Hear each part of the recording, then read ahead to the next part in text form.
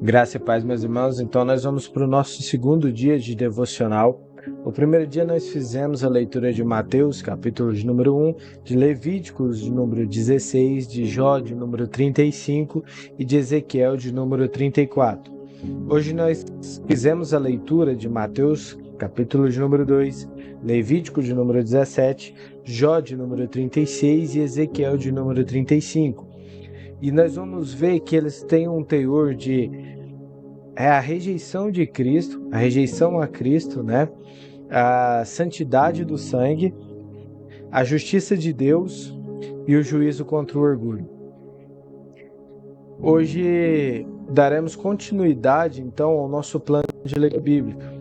Os textos de hoje nos mostram coração humano, como o coração humano reage à revelação de Deus, como ele trata o pecado, como a sua justiça opera e como o orgulho leva à ruína. Ou seja, embora os livros sejam diferentes, mais uma vez todos apontam para o mesmo princípio.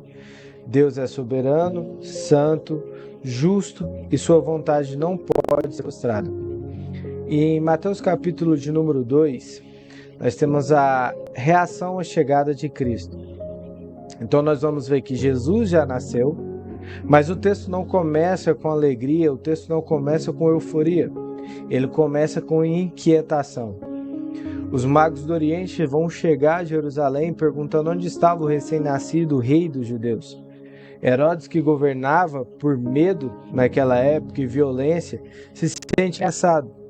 O texto vai dizer que ele se perturbou, que ele perturbou o seu coração em algumas versões. E toda Jerusalém com ele. Trazendo para um contexto histórico, Herodes não era judeu legítimo. Herodes ele governava pela força e com a aprovação de Roma. Quando a menção a um rei legítimo é ouvida por Herodes, ali ele se sente em perigo. Ele sente o seu reinado em perigo naquela época. Então, quando os magos viajaram de longe distâncias para adorar, Herodes, que estava por perto, queria matar Jesus. Isso revela uma verdade espiritual na nossa vida. Proximidade religiosa não significa um coração rendido. Uma proximidade religiosa nunca significou um coração rendido.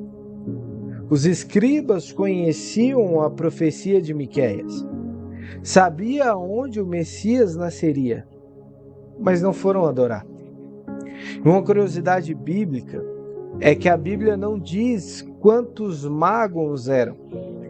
Aqui na King James vai dizer que alguns vieram. O número 3, muitas vezes erroneamente utilizado, ele vem da quantidade de presentes que foram recebidos. Então o texto ele vai trazer a quantidade de três presentes recebidos. E não 3 magos. E quando Herodes não consegue enganar os magos, ele ordena a morte das crianças daquela época. Aqui vemos o cumprimento da passagem, se não me falha a memória, de Jeremias, que vai dizer: ouviu-se um choro em Ramá.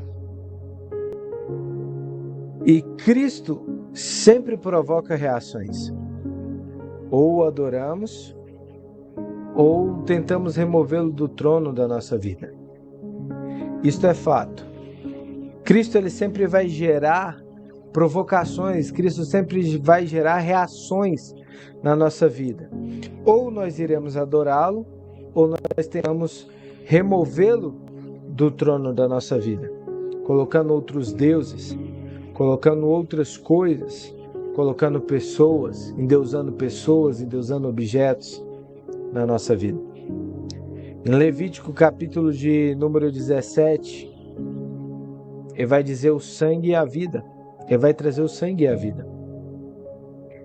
Esse texto ele pode parecer estranho à primeira leitura, mas ele é fundamental para entendermos a redenção. Deus estabelece que todo sacrifício deve ser apresentado no lugar correto e que o sangue não deve ser consumido. E então Deus revela o princípio central, porque a vida da carne está no sangue. Na cultura antiga, o sangue representava vida. Ao proibir o consumo do sangue, Deus estava ensinando que a vida pertence a Ele. O sangue era o meio da expiação. Ele simbolizava uma vida sendo entregue no lugar de outra. Esse princípio percorre toda a Escritura e se cumpre em Cristo. Jesus não apenas derramou sangue, Ele entregou a sua vida. Quando Jesus diz, este é o meu sangue, o sangue da nova e eterna aliança, ele está sendo apresentado como um cumprimento em Levítico. E a vida não é descartável. Ela pertence a Deus. Por isso, o sacrifício de Cristo deve ser tratado com reverência.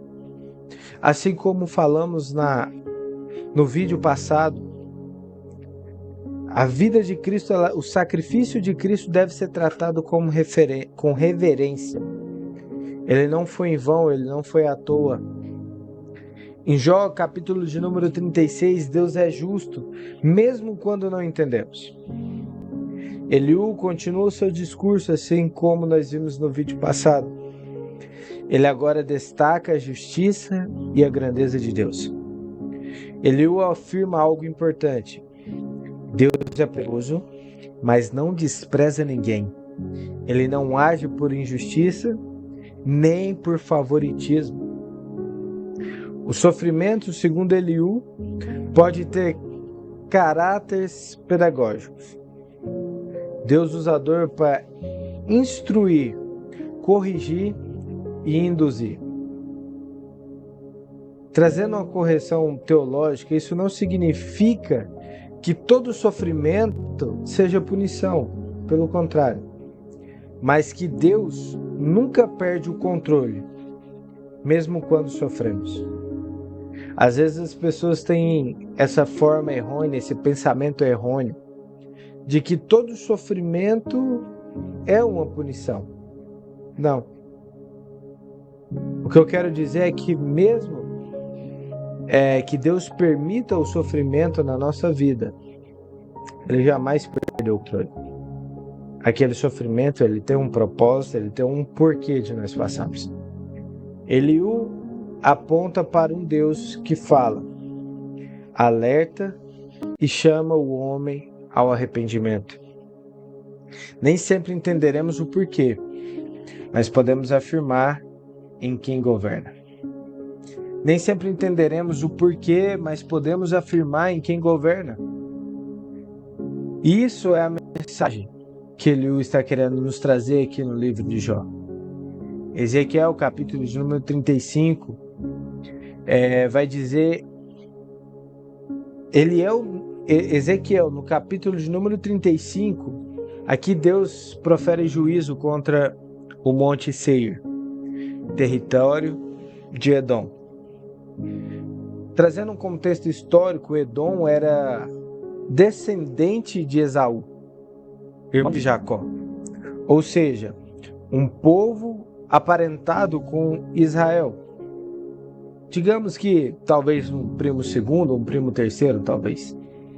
Mas quando Israel caiu e foi levado ao exílio, Edom se alegrou, saqueou e desejou tomar as posses de terra. Então Deus ele condena Edom por sua violência, soberba e ódio contínuo.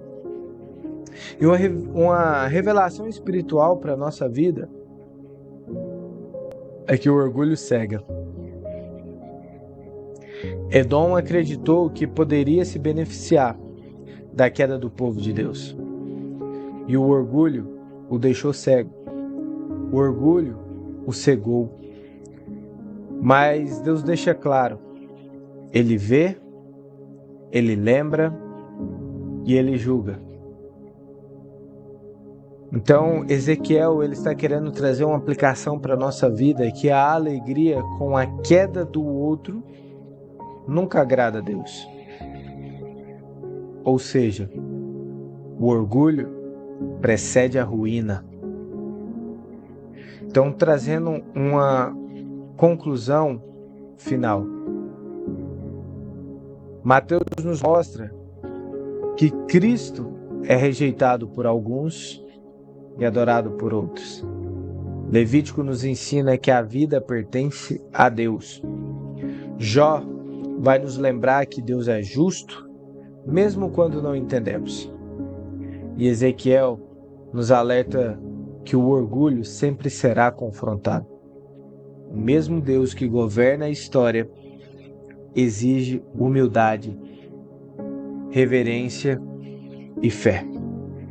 O mesmo Deus que governa toda a história, ele vai exigir humildade, reverência e fé.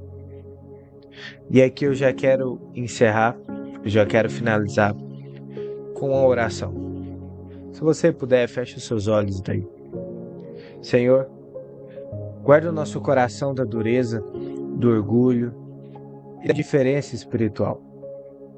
Ensina-nos a te adorar com sinceridade, a valorizar a vida e a confiar na tua justiça.